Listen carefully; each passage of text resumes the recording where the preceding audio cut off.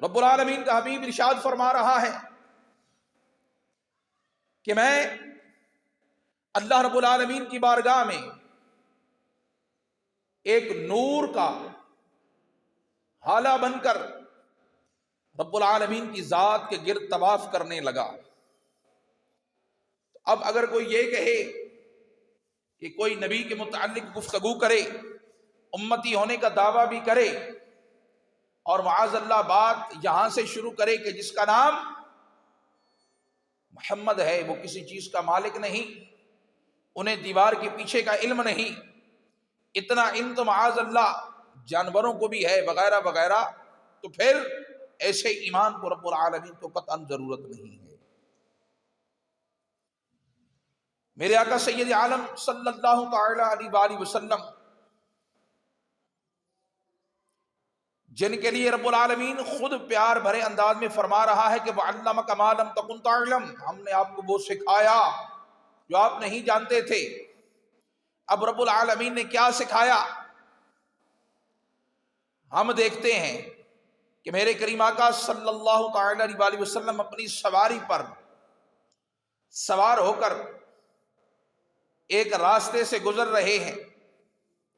اچانک راستے میں دو قبریں آئیں، آپ کی سواری بدکی، آپ کی سواری ڈر کے بدکی، قریب تھا کہ آپ اس کی حرکت سے گر پڑے، آپ اپنی سواری سے نیچے تشریف لے آئے۔ جب سید عالم صلی اللہ تعالی علیہ وسلم سواری سے نیچے اترے، جانثار غلاموں نے عرض کی کہ یا رسول اللہ کیا ماجرا ہے؟ آپ نے فرمایا کہ سواری کے راستے میں دو قبریں آ گئیں اور ان قبر والوں کو عذاب ہو رہا تھا، قبر والوں کو عذاب ہو رہا تھا، تو اللہ کے عذاب کو دیکھ کر یہ جانور ڈر گیا۔ اور پھر میرے کریم آقا علیہ الصلوۃ والسلام نے فرمایا کہ ان دو قبر والوں کو کس وجہ سے عذاب ہو رہا تھا، وہ بھی میرے آقا نے ارشاد فرما دیا کہ یہ دونوں میں سے ایک چغلی کیا کرتا تھا، غیبت کیا کرتا تھا، چغلی اور غیبت کیا کرتا تھا، اور دوسرا والدین کا نافرمان تھا۔ اب یہاں پر آقا سید عالم صلی اللہ تعالی علیہ وآلہ وسلم کی بیک وقت تین شانوں کا ذکر ہو رہا ہے۔ پہلی بات کہ آپ پر علم غیب کا اظہار ہوا، قبر والوں کا حال کھلا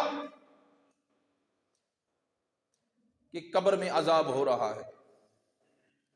پھر دوسرا یہ کہ کس وجہ سے عذاب ہو رہا ہے،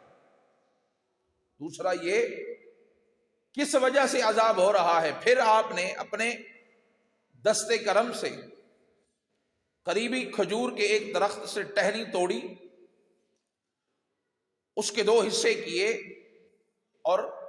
ایک ایک حصہ دونوں قبروں پر رکھ دیا۔ پھر فرمایا، اب ساتھ یہ بھی فرمایا کہ جب تک یہ ٹہنی ہری رہے گی ان کے عذاب میں تخفیف ہو جائے گی، ان کے عذاب میں کمی ہو جائے گی، ان کے عذاب میں جو سختی ہے وہ کم ہو جائے گی، ان کا عذاب ہلکا ہو جائے گا۔ اب آپ اللہ کی عظمت، اللہ کی شان پر قربان جائیے کہ ذات مصطفیٰ صلی اللہ تعالی علیہ وآلہ وسلم جس جانور پر سوار ہیں، جس جانور پر سوار ہیں، آپ کی وجود اطہر کے سوار ہونے کی برکت سے اس جانور کو بھی نظر آ گیا کہ آگے قبر میں عذاب ہو رہا ہے۔ تو پھر جس جانور کو نظر آ گیا کہ عذاب ہو رہا ہے، تو کیا ہم اس نبی کے متعلق یہ گمان کر سکتے ہیں کہ انہیں کسی چیز کا علم نہیں ہو سکتا؟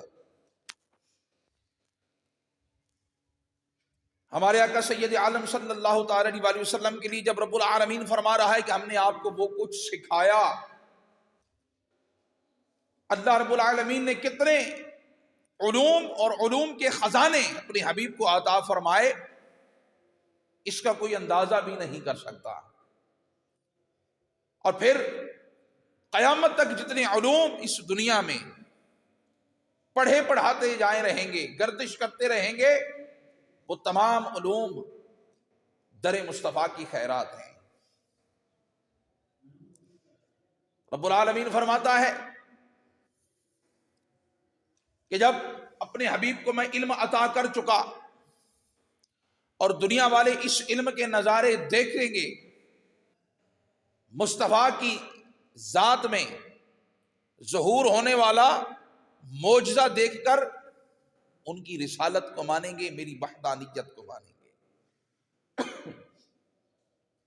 اب اس کی ایک اور اعلیٰ ترین مثال غزوہ خندق کا مرحلہ ہے۔ کفار کے ممکنہ حملے کی خبر مل چکی ہے۔ آقا کریم علیہ الصلوۃ والسلام کی جانثار صحابہ مصطفیٰ کریم کی بارگاہ سے خندق کھودنے کا حکم ملنے کے بعد دل و جان سے، تن من دھن سے خندق کی کھدائی پہ مصروف ہیں، خندق کی کھدائی میں مصروف ہیں۔ ہر 5 یا 7 یا 10 صحابہ کرام کی جماعت کو ایک حصہ دے دیا گیا کہ اتنی گہری، اتنی چوڑی خندق کھودی جائے۔ کام جاری ہے۔ خندق کی کھدائی کے دوران اچانک ایک چٹان نیچے سے نکلتی ہے جو کسی بھی صورت ٹوٹ نہیں رہی، بہت زور لگا کے، بہت طاقت لگا کے، ہر طرح کی جسمانی قوت لگا کر اس کو نکالنے کی کوشش کی گئی، لیکن صحابہ کرام سے نکل نہیں رہی، ٹوٹ نہیں رہی۔ غلام آپ کی خدمت میں حاضر ہوئے، اپنا مسئلہ پیش کیا۔ آقا علیہ الصلوۃ والسلام نے کدال کو ہاتھ میں لیا، خندق میں اترے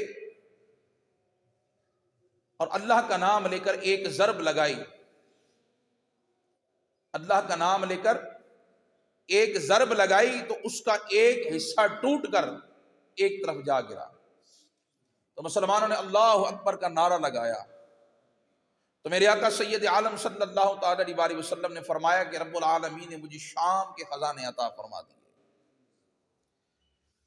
دوسری ضرب لگائی تو اس کا ایک اور حصہ ٹوٹ کر ایک اور جانب جا گرا۔ تو پھر آقا علیہ الصلوۃ والسلام کے غلاموں نے اللہ اکبر کا نعرہ لگایا تو میرے کریم آقا علیہ الصلوۃ والسلام نے فرمایا کہ اللہ رب العالمین نے مجھے فارس کے خزانے عطا فرما دیے۔ تیسری ضرب لگائی تو چٹان مکمل ختم ہو کر ایک طرف جا پڑی تو میرے آقا علیہ الصلوۃ والسلام نے فرمایا کہ رب العالمین نے یمن ہمیں عطا فرما دیا۔ اب اس بات پر اگر غور کیا جائے کہ مسلمان خود بھوک، افلاس، تنگی میں زندگی بسر کر رہے تھے، اپنے دفاع کے لیے خندق کھود کر اپنی حفاظت کرنے پر مجبور ہو گئے، لیکن آقا علیہ الصلوۃ والسلام بشارت دے رہے ہیں کہ تم شام فتح کرو گے، تم ایران فتح کرو گے، تم یمن بھی فتح کرو گے۔ اب صحابہ کرام رضی اللہ تعالی عنہم نے یہ نہیں کہا کہ ابھی ہمارے پاس کھانے کو نہیں، ابھی ہمارے پاس پہنے کو ڈھنگ کے کپڑے نہیں، اور آپ ہمیں ان 3 عظیم الشان ممالک کی فتح کی خبر عطا فرما رہے ہیں۔ نہیں، صحابہ کرام کا یہ ایمان تھا، صحابہ کرام کا یہ پکا سچا سچا عقیدہ تھا کہ جو کچھ میرے آقا فرما رہے ہیں آج نہیں تو کل یہ ضرور پورا ہوگا، ہماری زندگیوں میں نہ صحیح، ہماری زندگیوں کے بعد صحیح، رب العالمین اس کام کو، اس بات کو ضرور پورا فرمائیں گے۔ تو پھر وقت آیا